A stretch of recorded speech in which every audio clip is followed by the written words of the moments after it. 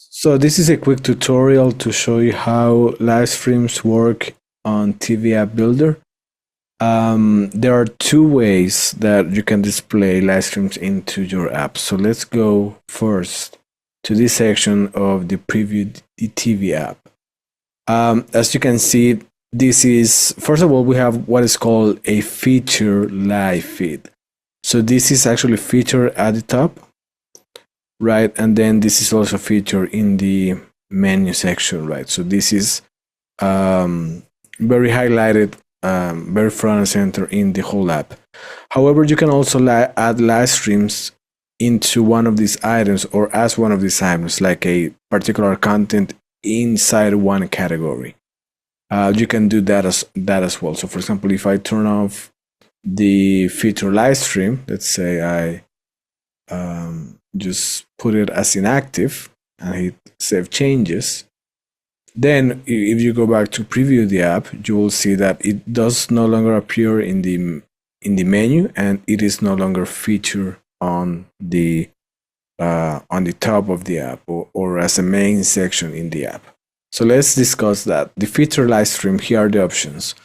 You get the title, you get the description, you can make this larger if needed.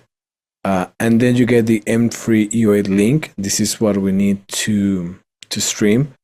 You can set the status if you want it to show up or not, as active or inactive, the thumbnail. If you want the live stream to be featured at the top or at the bottom. And then you can also customize the text and the menu, right?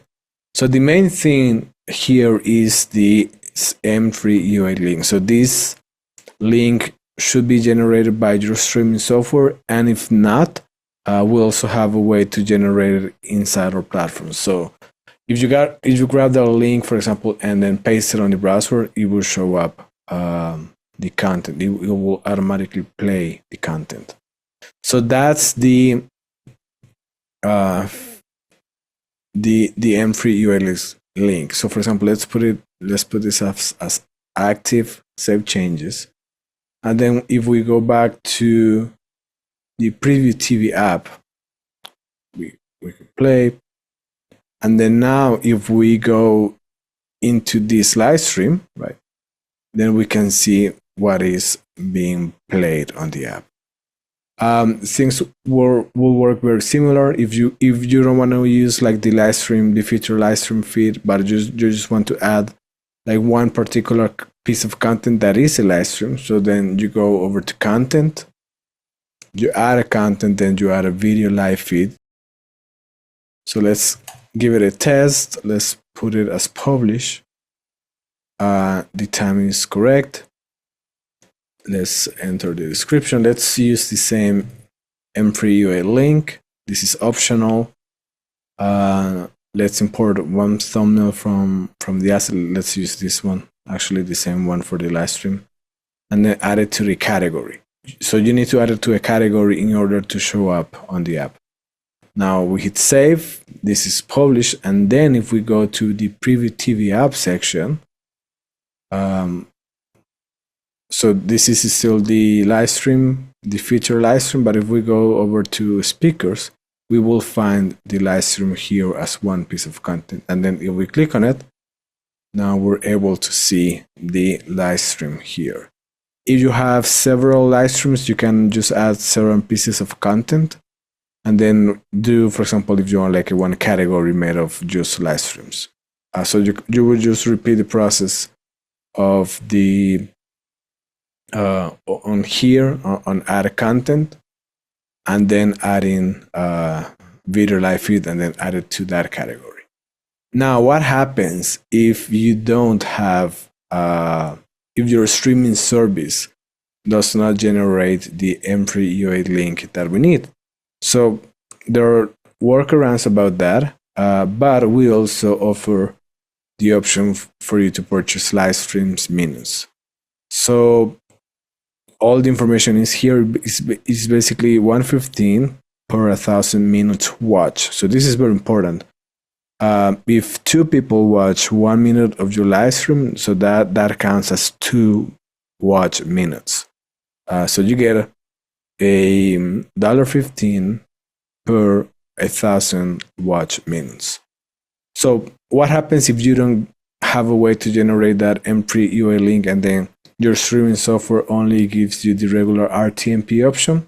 So you can generate the M3 UA link here with our platform. So for example, you will go to your streaming software. Let's use OBS in this case.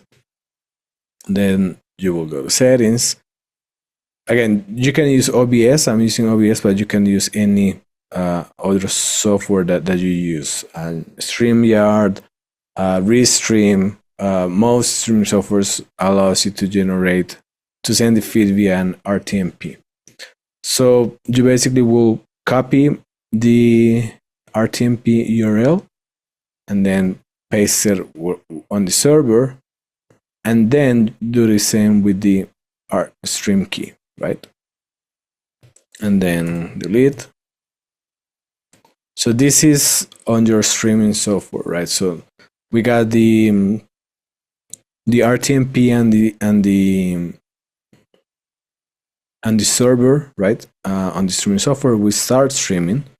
So what we're doing is we're sending this video, in this case, through that RTMP that we are sending here. So this is offline. RTMP takes a while, so it will take a couple of seconds for it to show as active. So let's just wait now.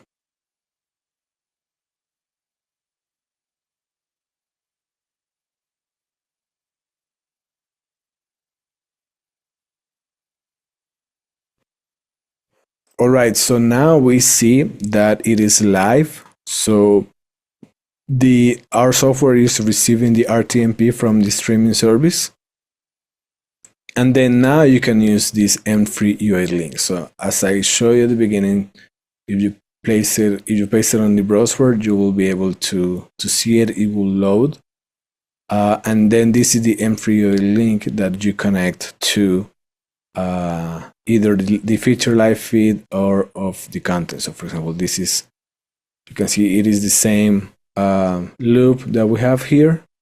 This is just the intro of the app, and then it is playing on this link. So what you do now, once you have this link, then you can come over, if it is the content.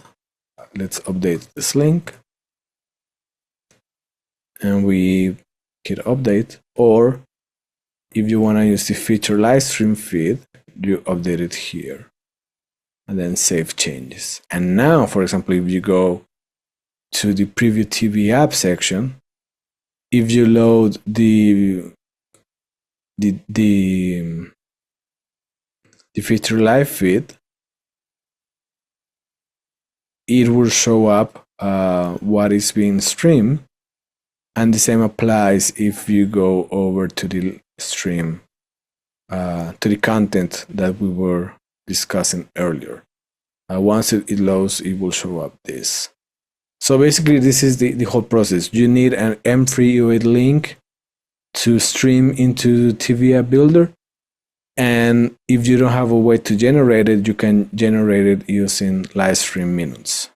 And once you see the live stream pop up here on the preview TV app, it will be automatically updated, as same as everything else, on both Roku and Fire TV.